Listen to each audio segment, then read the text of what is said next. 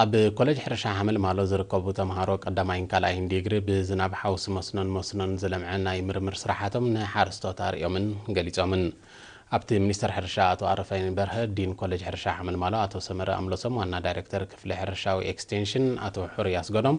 ከምኡን ካልኦት ዕዱማት መምህራንን ሓረስቶትን ዝተሳተፍዎ ኣጋጣሚ ተምሃሮ ውፅኢት ዘካይድዎ ናይ ምርምር ስራሓት በብዓውዱ ከም ዘቕረቡ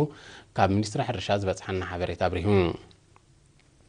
እቲ ተምሃሮ ዘቕረብዎ ውፅኢት ምርምራዊ ስራሓቶም ኣብ ንጥፈታት ምዕቃብ ማይን ሓመድን ኣብ ዝተፈላለየ ብራኸ ዘለዎም መሬት ብወሰኽ ሓውሲ መስኖ ዝለምዐ መሸላ ወሰኽ ማይን ብዝሒ ማሕረስን ኣብ ውህራር መሸላን ቀጠልያ ዓተርን ምሁራር መሸላን ኣዳጉራን ኣብ ምህብታም ማዕድናዊ ፀጋታት መሬት ዝፍልሊ ብባህርያዊ ደኹዕን ቅመማዊ ደኹዕን ዝለምዐ ዘርኢ ዑፉን መኽዛን ሽጉርትን ኮሚደረን ካልእን ዘጠቓለለ እዩ ነይሩ